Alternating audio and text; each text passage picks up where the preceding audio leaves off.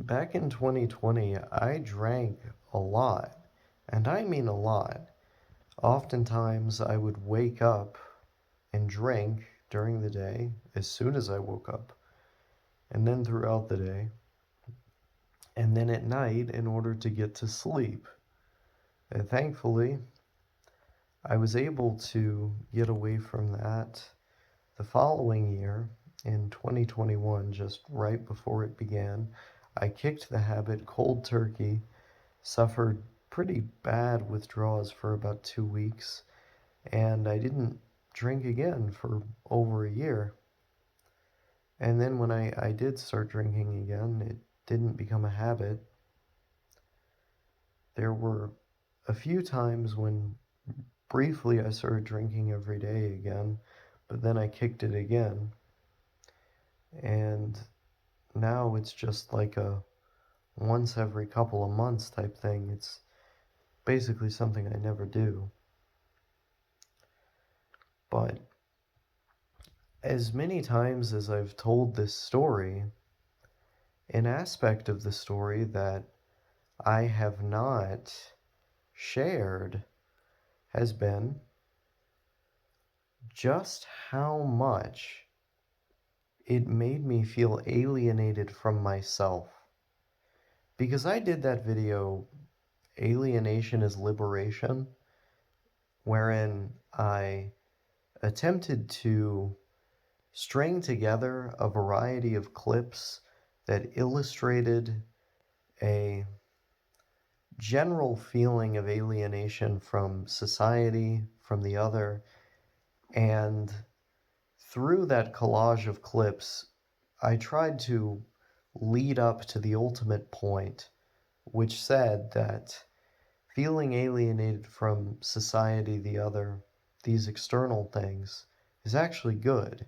It's a form of liberation.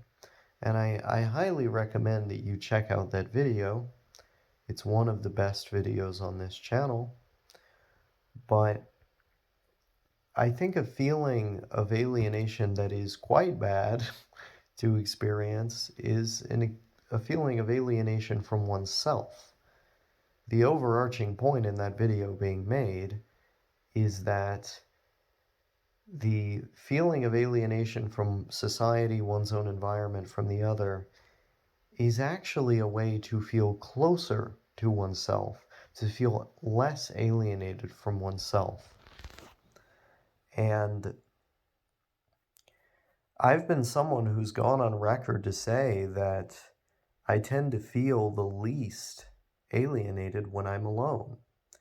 That being alone, not influenced by others, not interacting with others, is oftentimes the time in which I feel the most at peace, the most in touch with myself, the most like myself.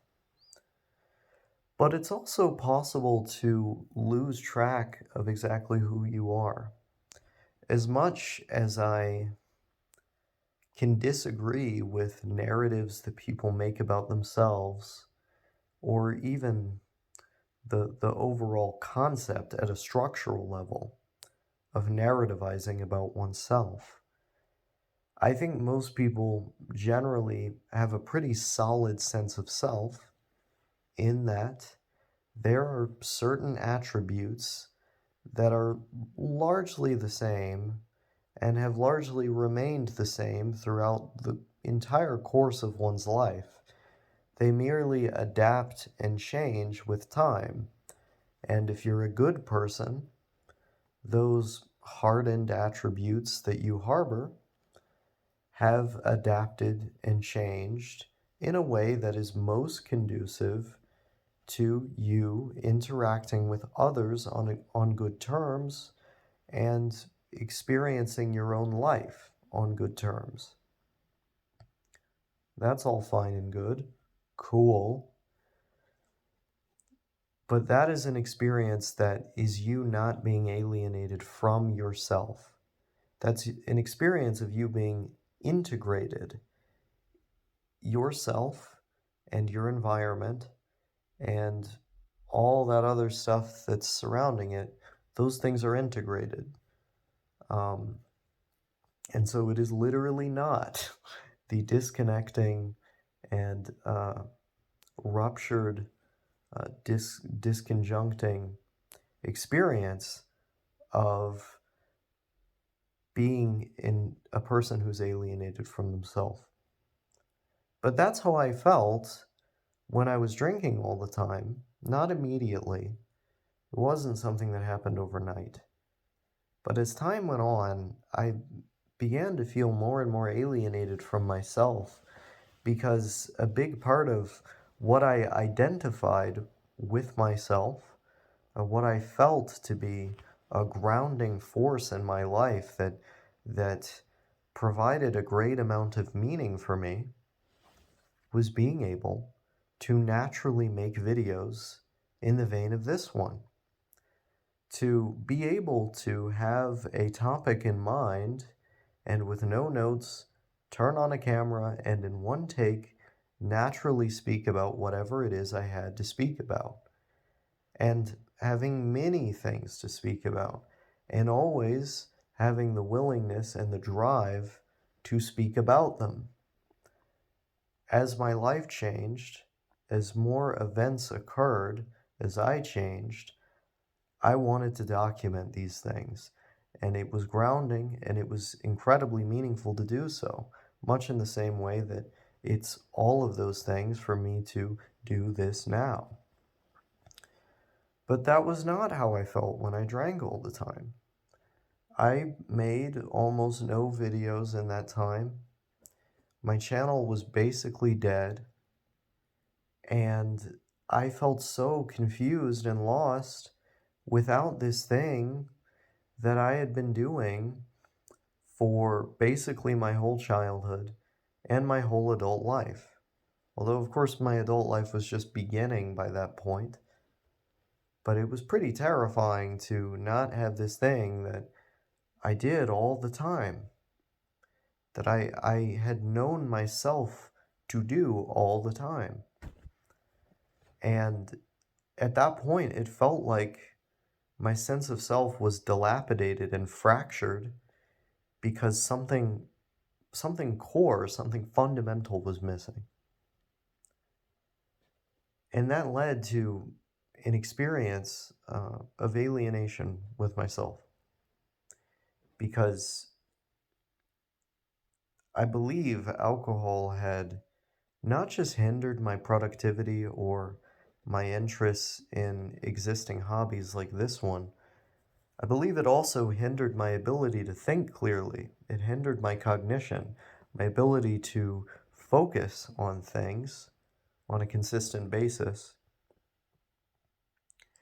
And this created a situation where the ideas that were necessary for me to make a video, me spending a lot of time sober thinking about stuff, that generating ideas, the ideas needed to make videos were simply not there. The reason I'm making this video is because I was lying awake last night with my headphones on. Well, technically my wife's headphones on, but she was laying right next to me, fast asleep, snoring, and I was stuck awake because I tend to take longer to fall asleep than her. And I was listening to this podcast that had an interview with someone who researches the beverage industry in the United States, which includes alcohol. And by the very end of it, I started thinking about how alienated from myself I felt when I used to drink all the time. And I compared that to all of these videos that I've been making this year, just so many videos.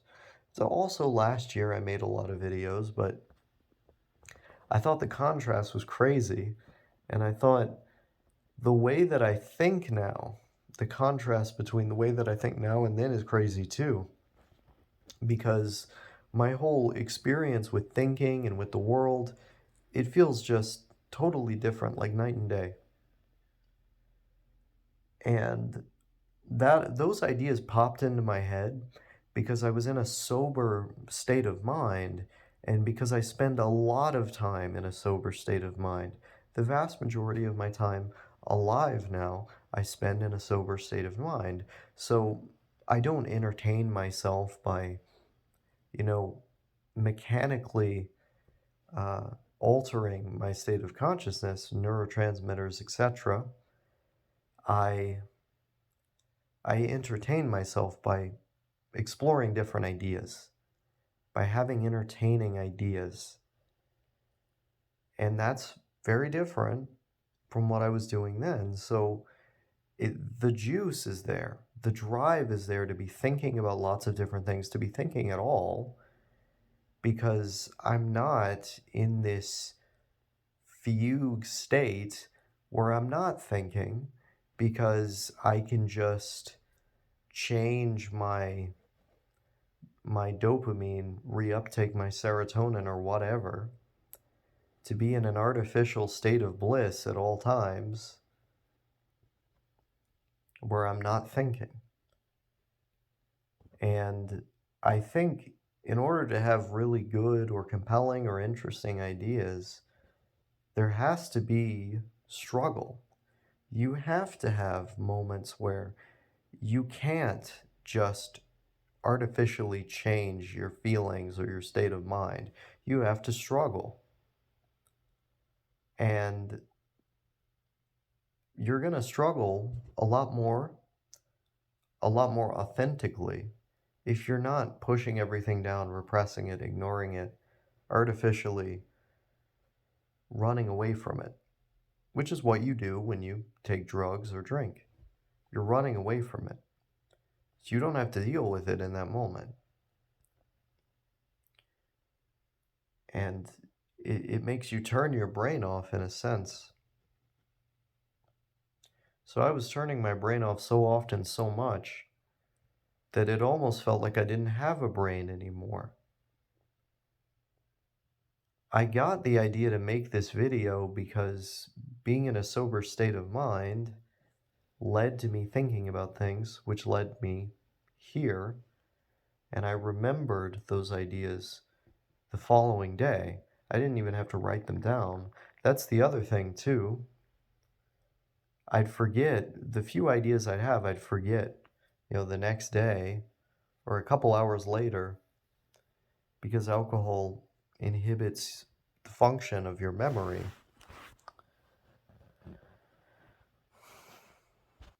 And when you grew up the way that I did, with a family that placed a lot of emphasis on intelligence and smarts, also demeaned you a lot for your, supposed lack of smarts. In retrospect, looking back, it became abundantly clear to me that a lot of that was due to insecurity or a feeling of inferiority on their part, which they viewed as threatening their authority as parents. So they had to demean me and tell me that I was stupid and all this other stuff. But that ended up giving me a false sense that intelligence was coveted amongst my family, even though what it actually meant was they didn't want me to be as smart as I was. But because of that, I felt like it was like a challenge to get smarter, but it was also something that I beat myself up over a lot growing up, and I mean all the time. I was convinced that I was just retarded. And this didn't change the way that I would perceive my goals or the way that I would construct my goals, because I would come to center them around the acquisition of some skill that would either make me look intelligent or make me quote unquote become intelligent. And so that was on my mind often, all the time, even though I always had it in the back or the front of my mind that I was ready to fail, that I was going to fail at at that goal, that still, Even if it was a lost cause, it was a lost cause I was going to defend to my dying breath. So I kept punishing myself all the time in my pursuit of acquiring the intelligence that I felt would lead to me having a certain level of notoriety amongst my peers, amongst my family, that might be able to finally allow me to accept myself. And so I continued in those pursuits, but it was a back-breaking effort because as I was trying to do that, as I was trying to acquire that, I was also constantly telling myself that I would fail, beating myself up, beating myself down. Every little mistake felt like this existential, monumental thing, and it was an order of magnitude smaller than that, of course, in actuality, in retrospect. But that's not how it felt to me at the time. I placed so much significance on intelligence. It was coveted to me. And now, thankfully, I have a much more reasonable perspective on it. I don't place the entirety of my self-worth on this vague notion of intelligence. It's not rooted in that. Instead, it's something that feels much more intrinsic that I'm able to, derive from my mere existence. But at the same time, I would be lying if I were to say that it didn't matter to some extent. These things have shaped how I think. So I'm able to have a healthier approach to caring about intelligence, caring about being able to think, caring about having interesting ideas, being able to persuade people, being able to speak well, and so on, having a good command of the language that is my language. But as much as I've been able to have a healthier perspective on how much this matters to me, it still nonetheless matters to me. And so, of course, it was a deeply alienating experience to be drinking all the time, turning my brain off, and in so doing, forfeiting something that I thought was core to my being, to my sense of self, which was the very thinking that I was attempting to end, to terminate. And it was it's kind of a startling paradox looking back because, or dichotomy, because like I wanted to terminate my thought processes. I wanted to not think. I wanted to shut my brain off because I was having PTSD flashbacks all the time, anxiety all the time, depression all the time. I just wanted to escape it, not to mention that environment was just horrendous. But part of shutting all of that out meant also foregoing one of my greatest assets, which is my brain, my skill set that relies pretty heavily on my ability to speak well and my ability to think about things in an abstract way. So now, as I've continually seen my ability go back to where it was before and also go beyond where it was before, I have to be immensely thankful for the fact that that was not permanent. The addiction wasn't permanent, but also the effects it had on me, at least as far as they're noticeable, hasn't been permanent.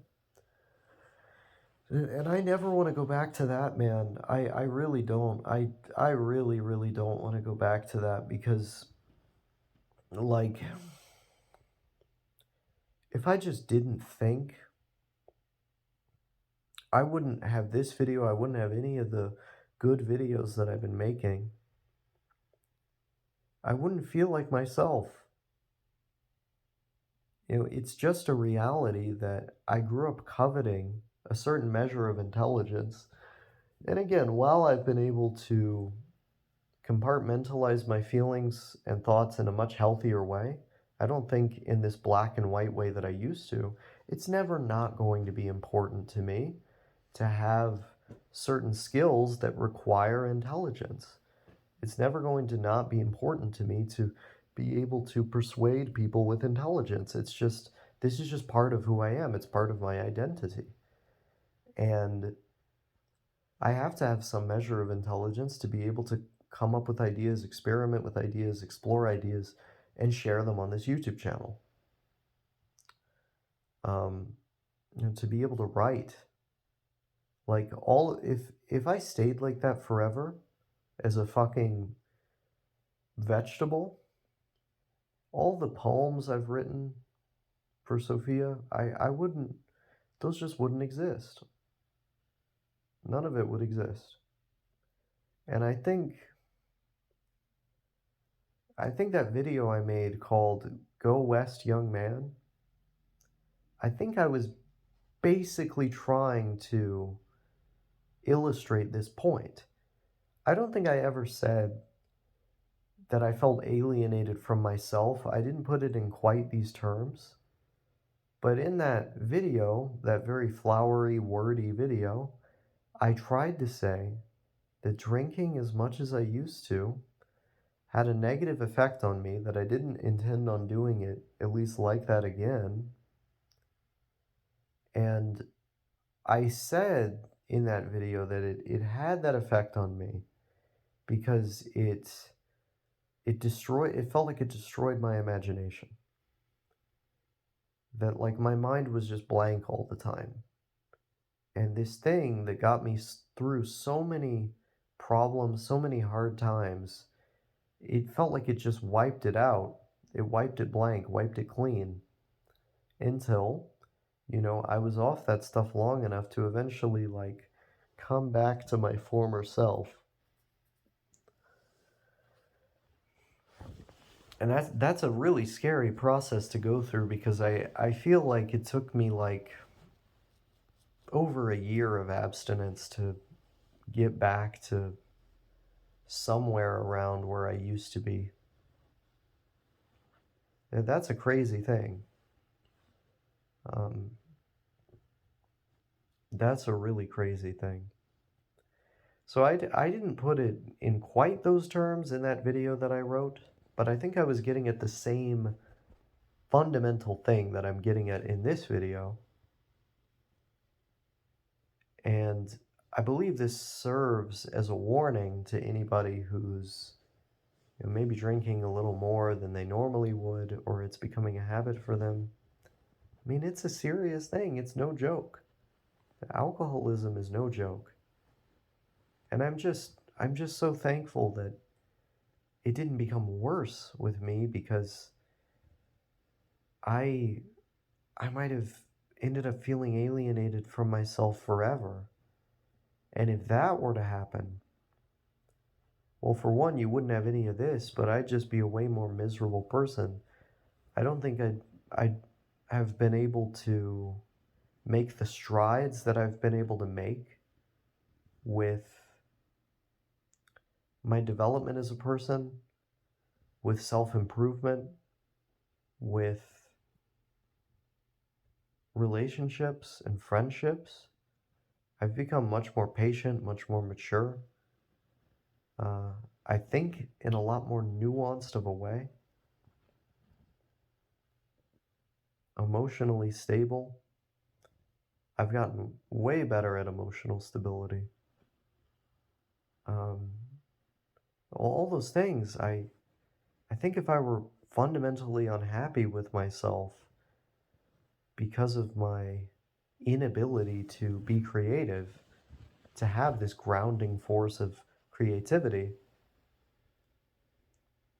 I wouldn't have been able to make strides in any of those areas because I would just be narrowly focused on that one problem. That one problem would be all that's ever on my mind. And it would also destabilize me because of how moody I would be about that one problem. It's like not only would I not fix those other problems that I've been able to make great strides in now, it would also worsen those problems because the residual feelings of moodiness and of depression and irritability that would stem from my discomfort with myself over this issue being prolonged, that would seep into all of those other issues that I would not have made these improvements in, that would continue to be as bad as they were before. And if that moodiness seeped into those other problems, thereby worsening them, I would just be a worse person overall. Like it would be a continual decline. I would just be experiencing a continual decline until perhaps I would drive away everybody I would know and love because I wouldn't have made any of these improvements. I would actually be getting worse. And that's what addiction can do to people. I think people really do not understand this. That, of course, it's different for every person.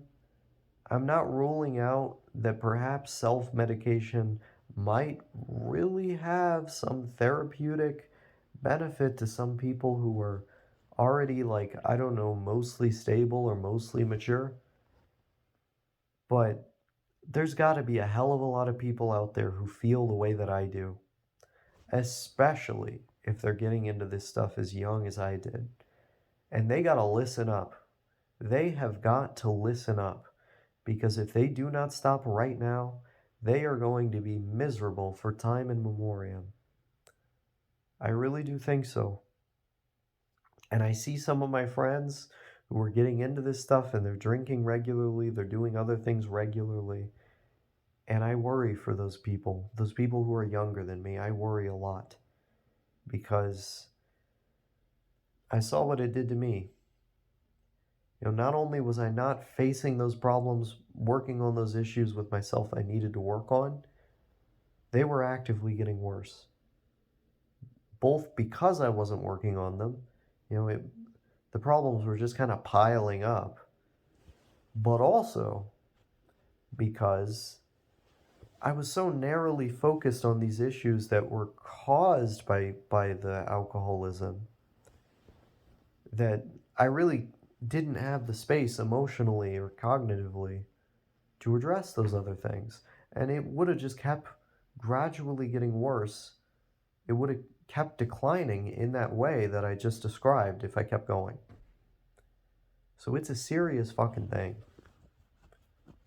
And I am happy to say now that I feel a lot more integrated in my sense of self and in my internal and external experience. But that goes to show that this stuff is dangerous and this stuff is serious. There is no healthy amount of alcohol. There's no healthy amount of drinks. There's only harm being incurred and harm that can be reduced. And you really have to take that to heart. Because if you don't, you could end up just the way that I was. I mean, I had 1,000,001 justifications for my behavior. I had all kinds of ways that I would explain it away, that I would try to say that it was really no big deal. But guess what? It was a big fucking deal. And I am lucky to have gotten away from all of that in the state that I'm in today. But I stopped at the right time, and I had the right support to get me through that time. And I've had the right support as I've continued to address these problems with my personality and self and environment, people who have been really, really insightful and intelligent, who have stuck with me and weathered the storm through some of my worst moments. Now, those people, I'm in debt to them for life, you know? Because without those people, I could have all the motivation and drive in the world to change and improve, and I did. But without those people, I think I might have forgotten it. I think I might have relapsed again and again until I just gave up completely and also gave up entirely on my other aspirations to improve. Having sober friends and a community of people who have the drive themselves to improve, that's also crucial. And without that, you could lose everything. I could have lost everything. I could have been one of those people who's just completely dysfunctional. But I'm not today. Today, I'm pretty normal. Not to say I don't still have PTSD and other mental issues, but I don't lash out at people I love over them. And I'm able to see things in context. If not for those people who stuck by me and loved me and understood me and also gave me tough love, set down those lines in the sand and told me I'm not going to let you hurt yourself like this anymore. I just, yeah, I just don't know what would have happened to me, but I think if I'm being entirely honest with myself, I might have just declined even more steadily so. So thank fucking God I had those people. And because of those people, and because of my drive and motivation to improve, and the decisions I made at the right time, I'm not drinking like that today, and I'm not doing any drugs. I'm just a normal guy. And it took over a year. It took more time after that. But as time went on, my brain adapted and I adapted, and I came to feel more in touch with myself again, and I came to address many of these other problems. I think another component to this as well is habitual. Like, you build certain habits up when you're drinking or on drugs all the time. You build certain habits up that even when you get sober, you might still have. So, for example, I would drink whenever I had a negative emotion or a negative response to a situation. And of course, those feelings intensified as I came to associate those feelings with the reward of drinking. So it was kind of a twisted thing in a way. Like, I feel like my brain would accommodate for those situations by, a bad thing would happen, and my brain would accommodate for it by making me react even more intensely bad to making me feel, I would feel even more bad just to trigger me to go drink more. So I actually saw my reactions to everything intensify and accelerate, um, because I almost, like, it was like my reward system was all screwed up. I would get a reward for feeling that way in the form of drinking.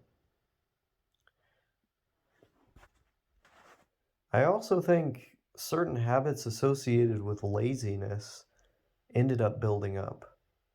So after I got sober and I stopped drinking and I was abstinent, those intense emotional reactions I came to have the longer I was an alcoholic, those stayed. So I reacted to things in a much more intense way than I ever did, you know, when I was sober before I started drinking all the time. And that got worse. That was a habit I needed to address with all new methods, a whole new perspective, environment, etc. I needed to address all that differently. And so I had a whole new set of problems I needed to address. And thankfully I did, but that came with other habits that I developed too. For example, laziness. So I developed the habit of laying around in my bed all the time or being on Discord all the time, of not really thinking, um, and also not actively doing things to improve my mood or to make myself feel better. I became immensely complacent during this time, and it had a cascading effect. It it only um, furthered my mental decline because, of course, when you're not actively doing things to make yourself feel better, like watching what you eat, like going outside, like doing activities that stoke pleasure or inspire you, not having hard fun, so like writing or doing creative things, things that take a little bit more effort, that require a little more out of you. When you're not doing these things that reward you for working, or that maybe they don't reward you immediately, but they build up over time. When you're not doing these things that you know will help in the long run or help overall, when you're not actively thinking about doing these things, you don't feel compelled to do so, it it's just going to worsen things more and more over time. Because just as doing those helpful things, having those good habits, builds up in a positive sense over time, doing the exact opposite builds up in a negative sense over time.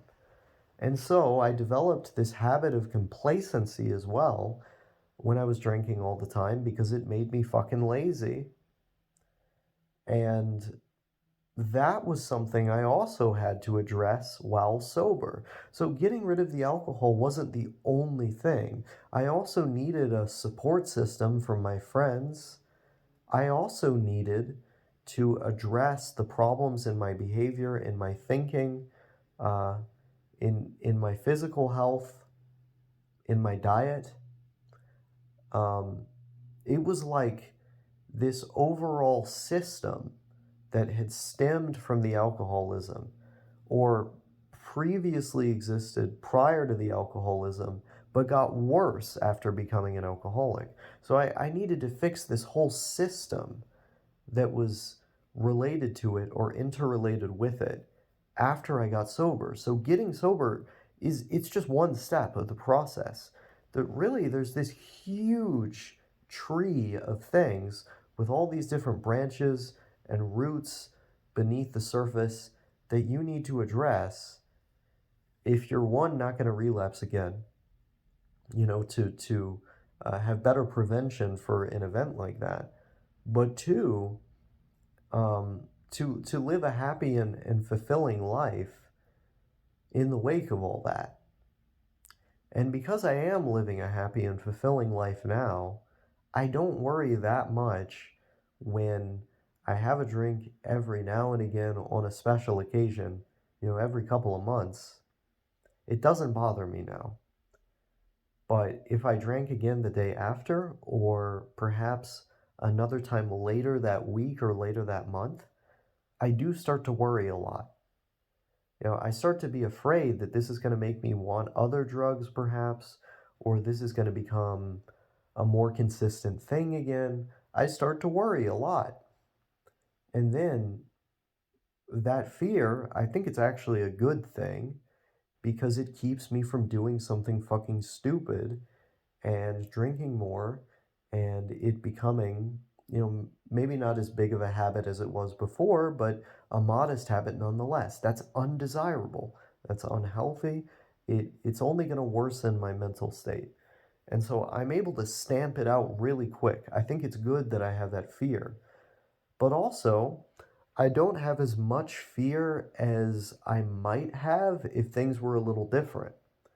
Because if I were less happy, if I were less fulfilled, if I were less mentally stable, if I had matured less than I have over these past months, these past years, yeah, I'd be fucking terrified. I wouldn't go anywhere near that stuff.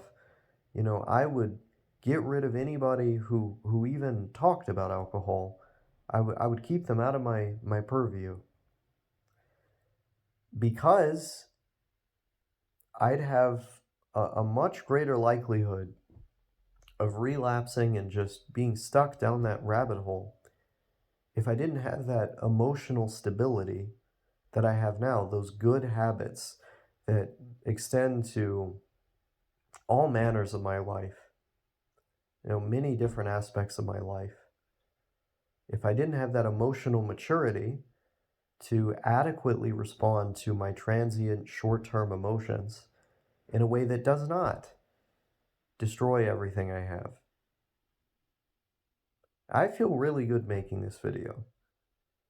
Just as an example of what I'm talking about, I'm making this video right now to give myself something to do, both as a distraction and as a bit of a pick-me-up, something to give me a sense of fulfillment. Because I had a minor, not a huge argument with Sophia. We were just having some relationship issues, as every couple does. Very normal. But I wanted to let it ride out and give it time to pass. Because if I were to go in, you know, right away talking to her, her emotions wouldn't have cooled down, my emotions wouldn't have cooled down. I wouldn't be in the right headspace to have the kind of conversation that she deserves. She deserves me being understanding, being mature, and she deserves someone who is going to take her feelings into account and be careful with their words, who's not just going to, walk all over her or something. And sometimes people do that in the heat of the moment. It's an awful reality of humanity, but it's why we need to control ourselves. It's why we need to be able to look at our feelings and go, okay, I'm feeling this right now. And,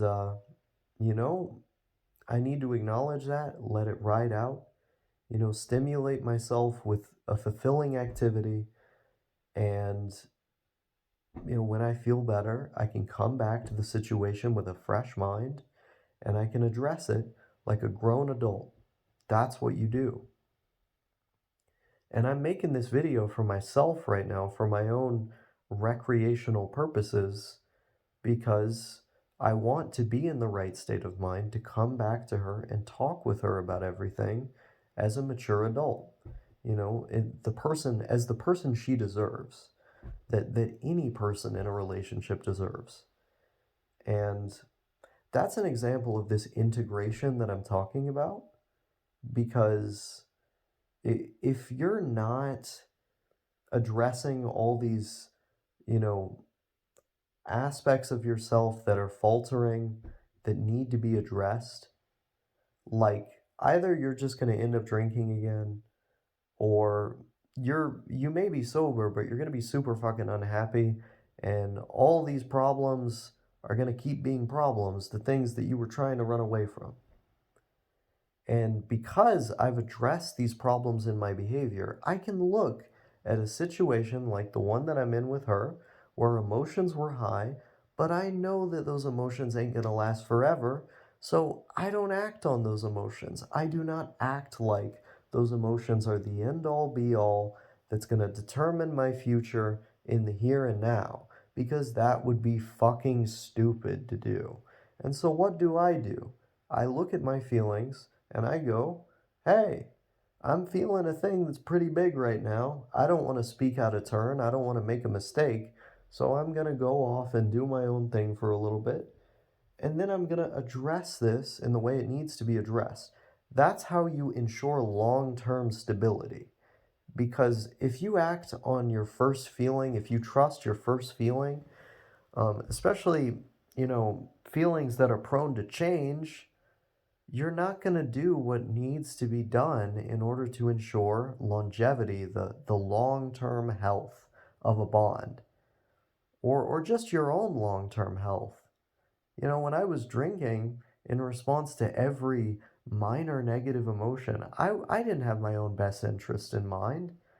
I just had the short-term feelings that I was having in mind. It was a deeply immature mindset to have about myself and about the world and those around me. And it needed to change because I would not have what I have with her right now if I did not change that. I would end up just like my dad, shouting at my mom, getting upset over the most immature nonsense, basically following his first feeling the moment that it would happen and lashing out at everybody as a result of it. No. I notice my feelings right away. I address them. I recognize them as what they are, which is transient, and I'm able to respect the people that I love by acknowledging that. Now, that isn't to say that I don't slip up and speak out of turn sometimes, but I catch it immediately and I apologize and I say that I need some time to myself, um, in order to adequately respond to the situation. And then that's what I do. This stuff is really hard to do at first, but it becomes a necessity. It becomes a necessity because if you want love, and I mean real love, the kind that builds, that grows, you gotta be able to do this stuff. Because if you're lashing out and if you're, you know, treating the other person like shit just because you feel bad, that you're gonna crush it. You're gonna destroy that beautiful thing that you have. And it's not gonna be beautiful anymore. It's gonna be ugly. And at that point, you might as well just leave because the precedent has been set to mistreat someone that you love. And that's not good. It is not good to do that. And so that's a really core lesson that I've learned that's allowed me to be happy in this place that I'm in now. But I would have never learned that if I kept drinking. I would have never learned that. And I wouldn't be the kind of person that she needs. And as a result of that, I would cause a fuck ton of damage. So that's why I'm thankful. That's why I'm thankful for getting off of that stuff because I can actually see clearly now. And I can see clearly because I can think clearly. In order to be myself, in order to feel comfortable with myself, in order to feel integrated as a person, I need to think clearly and I need to think a lot. It's that makes me feel like a person, not just some mindless animal acting on instinct.